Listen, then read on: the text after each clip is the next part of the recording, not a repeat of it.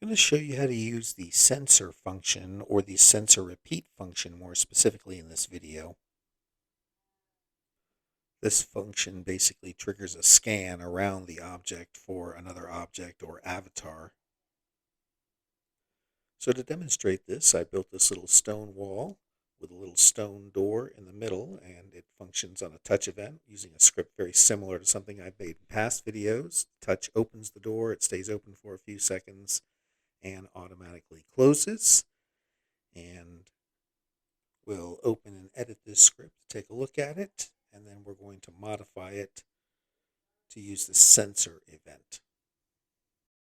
So we start by setting these two variables at the top, which is the starting position of the door and the position it should be in when it's open.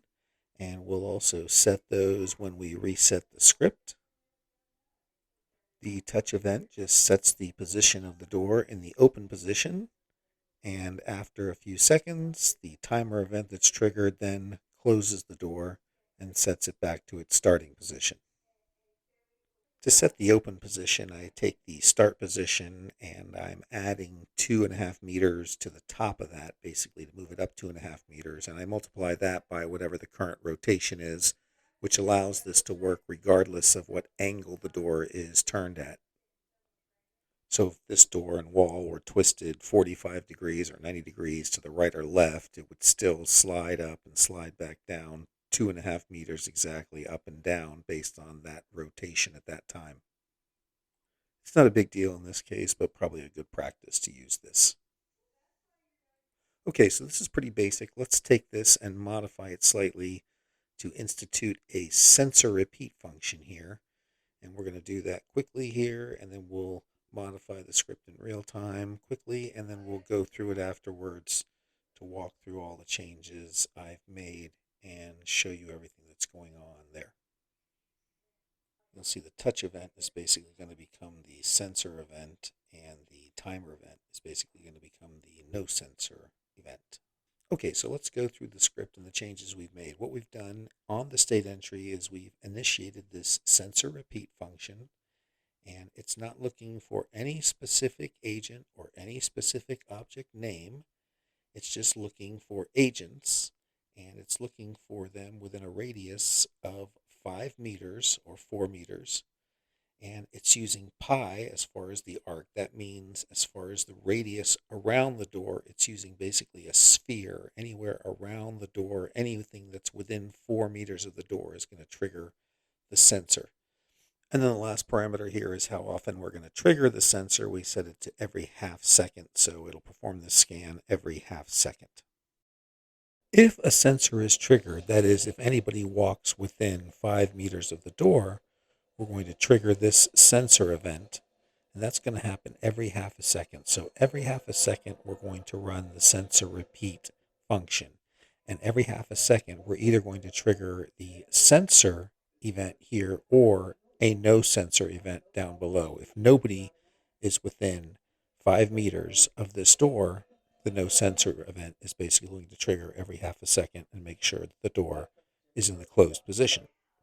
If we do trigger a sensor event, we're going to start filtering for me as the owner amongst the people that we've censored and found. So if 3 or 4 people are standing near the door, it's going to go through this routine and make sure that it detects that one of them is me as the owner. And if so, it will then open the door. And as long as it detects that I'm within 5 meters of this door, it will remain open. And once I'm out of range, it will trigger the no sensor event and close the door. Now there's a flaw in this, which I'll go over in a minute, but this is basically how this works. Now, if you need to provide access to this door to more than one person, you can do that as well. We'll modify the script to show you how a way you can do that also here.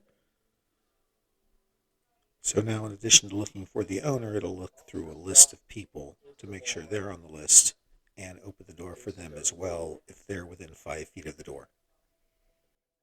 Okay, first we added this access keys list at the top, and we put in the keys of a couple of my friends that are going to help me with this. And we updated the sensor event. We added this else event. So not only are we going to look for me as the owner, but then we're going to go through this list, create an integer, go through each list, and if we find a match, then we're going to open the door. So if we find somebody within 5 feet of the door, we're going to open the door. And as long as somebody within 5 feet of the door and somebody's detected, we'll leave the door open for them. And when nobody is within 5 feet of the door, we'll go ahead and close the door. Now, there is a flaw with this, but first let me show you how it works. Here are my two friends with me standing to my right and my left, and you'll see I'm still able to approach the door, and as I do, you'll see once within 5 meters, the door opens, and once I'm out of range, the door will then close. And you'll see the same is true for my friend who is on the list. She approaches, the door opens, and once she's out of range again, the door will then close. Same for my other friend. As he approaches, once he's within 5 meters, the door opens for him. And once he retreats and is further than 5 meters from the door, it will again close. So everything looks like it's working as it should. Now here's the flaw. I'm going to remove one of my friends from the access list. So now only one of them can open the door. And you'll see as she approaches, the door does not open for her any longer because she's no longer on the access keys list. My other friend, however, who is still on the list, is able to approach the door, and once he's within 5 meters, the door opens for him and he's able to access and get through the door. And you'll see that my other friend is now able to approach and access the door and enter as well. And this is where the problem is. You see, as long as either of them are within range of the door, the sensor event is going to trigger. And so even if my friend now walks away and he is the only one with access to the door, it will remain open because it continues to censor somebody near the door. You may have a reason to want the door to function this way, but if not, you can certainly tighten up the script to close that security hole. I'll show you how I do it in the script. I'll zip through the changes again quick and then go through them, but essentially you need to make sure there's a way for the door to close if nobody with access is detected within range of the door. So I fixed this by creating a new integer within the sensor routine called locked, and I initially set it to true. So this variable will remain true unless it's set to false here. So if one of the people within range detected as the owner, that would set that integer to false. Or if somebody else on the list with access is detected, it would set that integer to false. And at the end down here, we look, and if that integer is set to true still, it means we haven't detected anybody in the list, and so we just close the door.